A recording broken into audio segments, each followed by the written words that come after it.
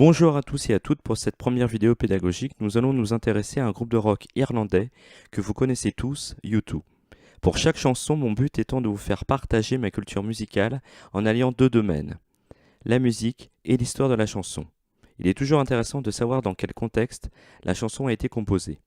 Pour U2, ce sont des paroles engagées, écrites le plus souvent par Bono, porte-parole de nombreuses causes et qui par des phrases et des rimes bien trouvées nous interpellent, nous dérangent.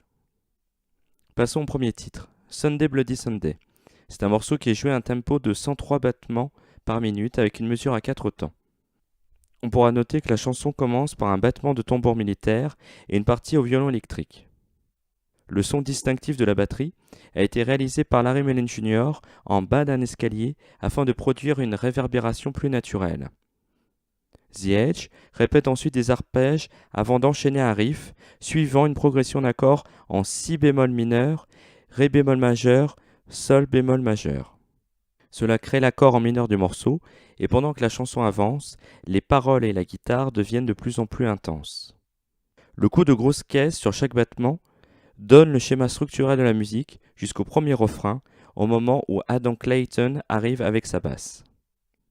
Si on regarde de plus près donc les paroles de cette chanson, elles se rapportent aux deux Bloody Sunday, celui de 1920 et celui de 1972.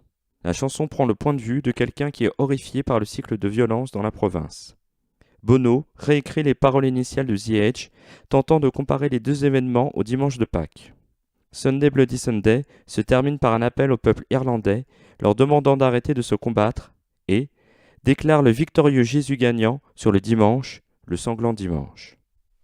Sunday Bloody Sunday. Pour commencer, nous avons donc un arpège, donc 3 notes.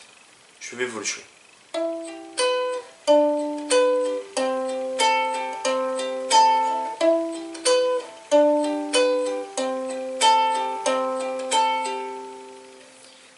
Ensuite, nous avons la transition.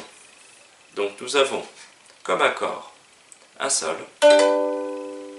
un do, un sol et un la mineur.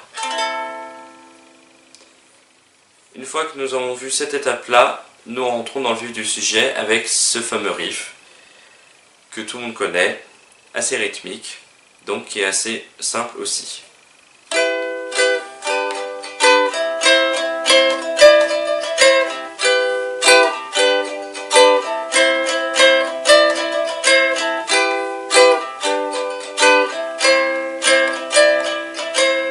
Et ainsi de suite tout au long du morceau.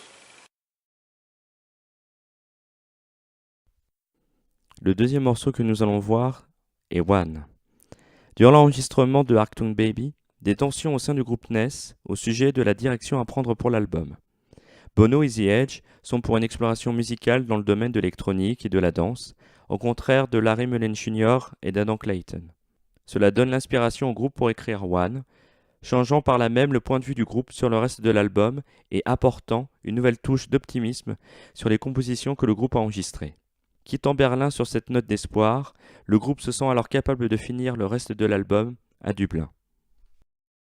Alors maintenant, nous allons passer à la partie musicale donc, du morceau One. Pour l'intro et le couplet, donc, nous avons 4 accords. Donc nous avons déjà un La mineur. Ensuite, nous avons un Ré, un Fa et un Sol. Alors en rythme, ça donne ça.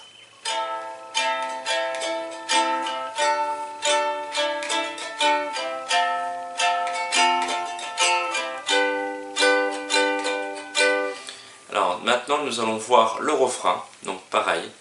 Là il y a 4 accords. Alors, nous avons le Do, ensuite le La mineur, le Fa et le Do. Donc en rythme ça fait